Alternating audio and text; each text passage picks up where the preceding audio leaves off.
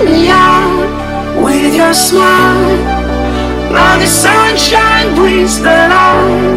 Fill me out with a flame. I will let you in this game. Take me out when I'm down. 'Cause with you I'm safe and sound. I'm safe and sound. I'm safe and sound. I'm safe and sound. I'm safe and sound. I'm safe and sound. I'm safe and sound. I'm safe and sound. I'm safe and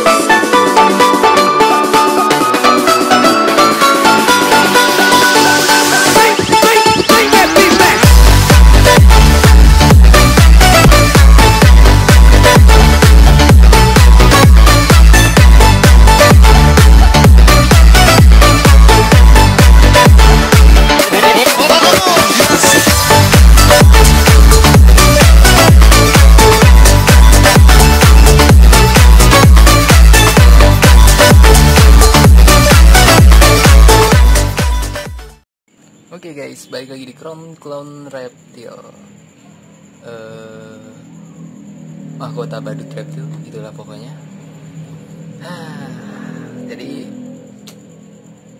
apa ya? Gue tuh pengen bikin konten, jadi gue mau ngasih tahu kalian penyakit-penyakit pada reptil yang sering banget ada.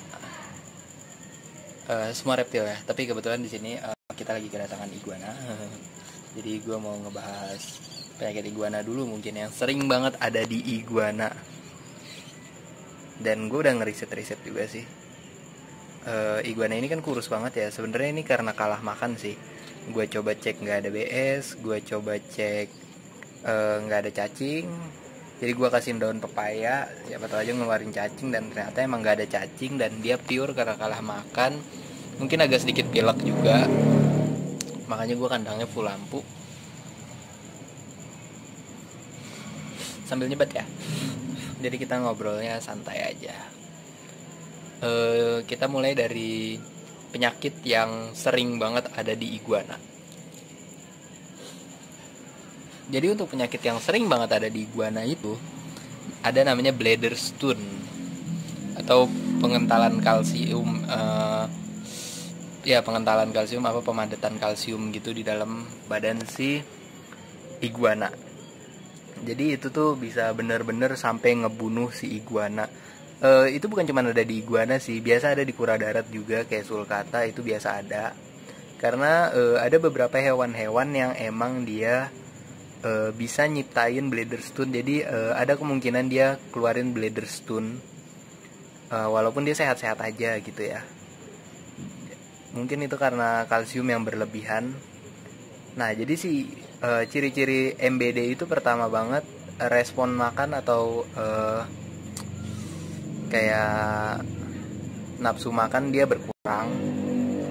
Itu yang pertama. Dan yang kedua, dia pasti kurus. Karena jadi bladder stone itu adanya di perut ya. Jadi itu kayak batu gitu, pengentalan kalsium. Dia adanya di perut sini, di kiri apa di kanan gue lupa. Pokoknya itu bakalan jadi batu dan itu bisa gede banget dan bener-bener bisa ngebunuh si iguananya itu sendiri. Jadi mungkin kalau modelannya di manusia kencing batu mungkin ya. Cuman kalau di iguana ini bladder stone kayaknya dia mau berak nih. Nah, kalau iguana ini sendiri mungkin dia kalah makan dan sedikit pilek. Makanya dia kurus banget.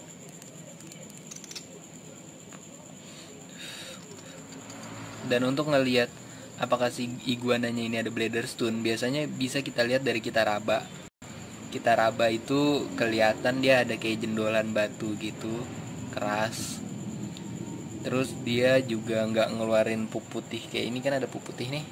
Nah itu dia nggak ngeluarin soalnya dia terjadi pengentalan kalsium di dalam badannya dia. Jadi itu kan kalsium sisa yang kebuang lewat pup. Nah kalau di iguana sehat biasanya keluar kalsium sisa, tapi kalau di iguana yang ada kena bladder stone itu entah dia keluarnya sedikit atau nggak keluar sama sekali.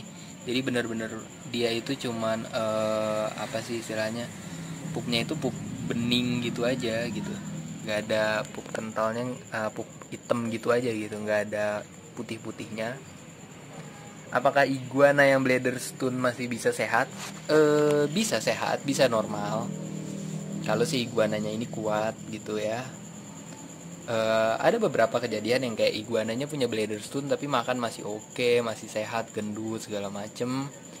Tapi kalau gue pribadi sih, kalau udah kena Bladderstone gue rasa hidupnya nggak bakal bisa normal atau selama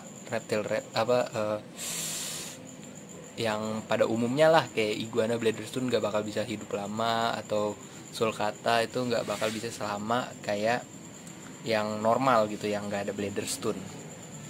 Jadi Bladderstone itu cukup parah. Pengobatannya gimana? Gue sampai sekarang nggak tahu sih pengobatannya selain dioperasi ya, dibedah. Gue nggak tahu. Tapi kalau untuk pencegahannya, sebisa mungkin sih iguana ini kasih makanan yang nggak terlalu banyak kalsium, atau jangan di dusting kalsium berlebih.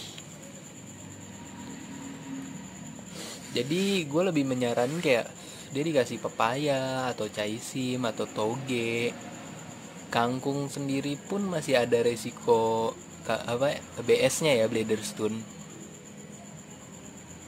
Tapi kalau gue nggak tahu sih, soalnya gue jarang pakai kangkung. Gue di sini makanya kalau nggak caisim, pepaya, toge, pisang itu juga banyak kalsiumnya ya. Jadi kurang cocok buat iguana. Mungkin bisa buat iguana kayak pakailah seminggu sekali atau seminggu 2 kali masih oke. Tapi kalau untuk makanan pokoknya gue saranin jangan, mending caisim atau toge.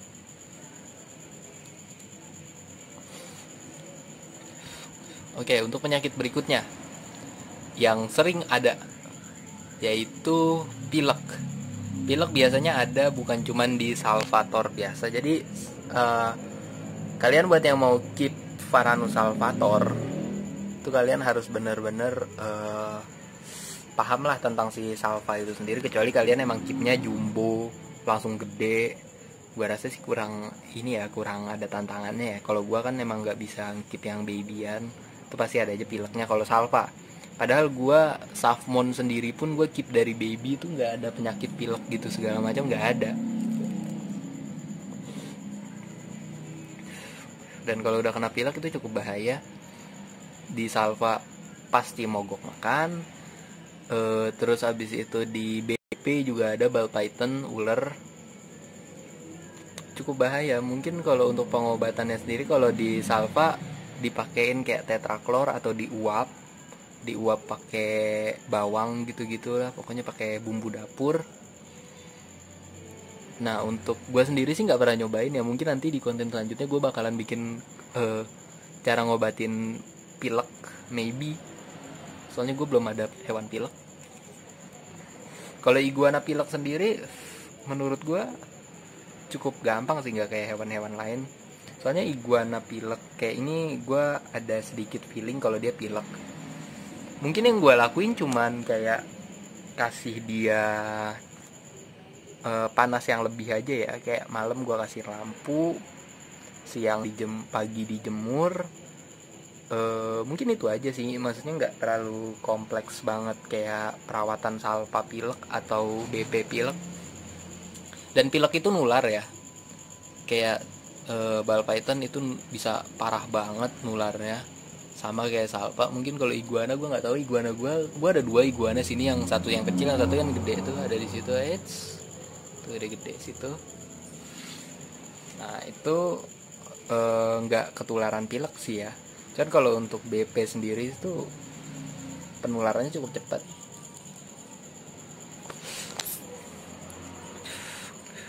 Selanjutnya gue mau ngasih penyakit yang sering lagi, MBD atau metabolic bone descent.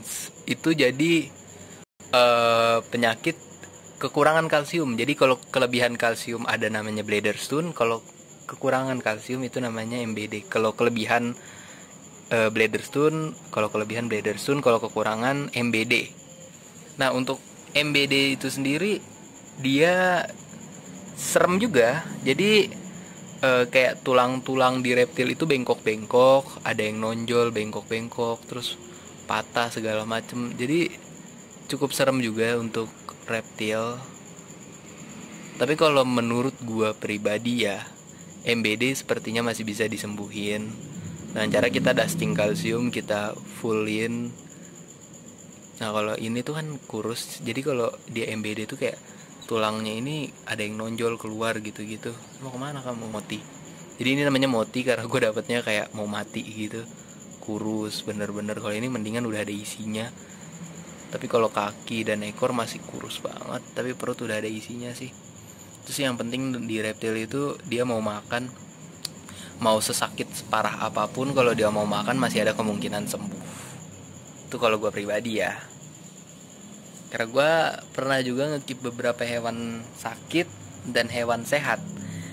Hewan sakit yang gue keep selama masih mau makan, alhamdulillah kembali sehat. Tapi hewan sehat lagi tuh terakhir soal layar udah lama sih, udah 2-3 bulan yang lalu.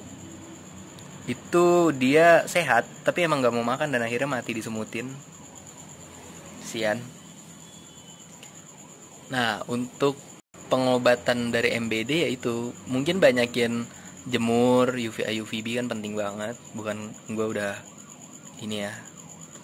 Jadi lampu UVA UVB penting, sinar matahari juga penting karena sinar matahari itu lebih bagus dibanding lampu merek apapun. Yang pertama dia gratis, yang kedua dia lebih lengkap. Yang mengandung UVA UVB-nya tuh lebih lengkap, lebih bagus lah ibaratnya. Nah, untuk selanjutnya penyakit yang sering itu kalau tail tip itu bukan penyakit ya. Tail tip itu emang karena bisa jadi luka alam atau kesalahan ownernya. Ekor putus, tail tip segala macem, atau kuku putus. Kecuali ada beberapa reptil yang emang dia bisa kayak sengaja mutusin kuku-kukunya gitu. Kayak panana, gue pernah ngalamin panana stres itu dia makanin jarinya sendiri. Serem. Menurut gue serem banget. Karena gak jadi cuan. Dan penyakit apa lagi ya? Oh ini, gua lupa namanya lagi. Wobbling. Wobbling tuh sering banget di ular ya. Jadi wobbling tuh kayak kelainan saraf gitu. Jadi sarafnya terganggu.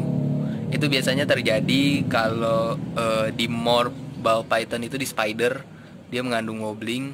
Atau kayak di boa itu dia ada penyakit alamnya wobbling, tapi yang bisa terserang wobbling di boa itu cuman si BP. Jadi misalkan kalian ada BP, ada boa, nah BP-nya ini bisa kena wobbling dari si boa. Nah untuk pengobatannya wobbling gue rasa belum ada sih, soalnya itu penyakit saraf dan itu susah banget diobatinnya. Kalau di burung kan namanya tetelo, itu masih ada obatnya kayak Super N gitu. Gue bukannya di endorse ya, gue nggak di endorse sama sekali loh. Kalau ada yang mau endorse boleh. Gue punya IG baru juga, jadi kalian bisa lah follow ya. Terus habis itu apalagi ya? Gue bingung sih. Soalnya penyakit di reptil itu yang benar-benar pure dari reptilnya tuh cuman si itu aja sih. Mungkin kalau ada yang lain-lain bisa tolong. Oh itu kripto, biasa ada di gecko. Kripto itu jadi dia kayak kurus banget. Gua rasa sih itu virus ya, virus kripto itu biasa terjadi kalau di jangkrik. Jangkrik itu biasanya bawa virus. Jujur jangkrik bawa virus. Ulet Hongkong bawa virus juga kayaknya, cuman gak separah jangkrik. Kalau jangkrik bener-bener dia bisa sampai kripto parah. Jadi ciri-ciri gecko itu kripto, pupnya itu warnanya hijau dan cair. Dia jadi kurus banget, bener-bener kurus, gak mau makan, dan itu tuh udah susah banget. Nah sedangkan kalau untuk bearded dragon itu yang bahaya tuh cuman MBD ya. MBD-nya dia tuh bisa mati dan ini dari pakan BD itu, pakan bearded dragon itu nggak boleh lebih gede dari ukuran kepalanya. Karena kalau lebih gede itu ada dia jadi bisa penyumbatan pencernaan dan itu bengkak seada-adanya dan serem banget, bisa mati. MBD-nya si ini juga MBD-nya si BD atau bearded dragon itu juga sama, bisa bikin mati juga. Jadi kalau MBD bearded dragon tuh sebelum dia scoliosis, kayak kelainan tulang gitu kan, scoliosis itu kelainan tulang ya. Nah dia itu geter-geter, badannya geter-geter, baru deh dia entah kalau selamat dia kelainan tulang atau skoliosis. Tapi kalau dia nggak selamat dia bisa mati, bener-bener bisa mati. Dan itu bahaya. Mungkin nanti gue bikin konten tentang parasit-parasit gitu, jamur-jamur di reptil ya. Itu bagus sih. Soalnya gue, aduh, susah gue. Lagi banyak masalah. Gue aja makan sekarang sehari sekali. Tapi bagus sih, daripada nggak makan. Nah makanya gue lebih suka beginilah, konten-konten santai begini. Dan ini gue nge-recordnya pakai HP ya. Nggak masalah kan. Kalau kemarin gue nggak ada opening, sekarang gue ada opening. Sebenarnya nanti gue bakalan ada warna-warna baru di Crown Clone Reptil di 2021. Mungkin bakalan banyak konten-konten yang lain di Crown Clone Reptil. Terus juga bakalan banyak lagi. Gue juga udah nyari-nyari kru-kru ya, kayak editor gue perlu editor, gue perlu kameramen. Nanti bakalan gue udah nyari-nyari dan kebetulan udah dapat teman-teman gue beberapa. Alhamdulillah dia mau. Dan yang pasti gue bayar. Gue orangnya nggak doyan yang gratisan ya. Bukannya gue sombong, karena gue ngerasain duit itu berharga. Walaupun teman sekalipun, duit nggak bisa bohong. Oke, mungkin sekian aja karena gue kurang apalagi penyakit-penyakit di reptil ya. Mungkin kalau kalian ada yang penyakit-penyakit yang mau ditanyain bisa langsung kontak di WA gue atau di Instagram baru gue. Instagram baru gue crown_clown_reptil. Jadi underscore-nya ada 2. Selain itu bukan akun gue. Dan kurang lebihnya mohon maaf. Terima kasih, dadah.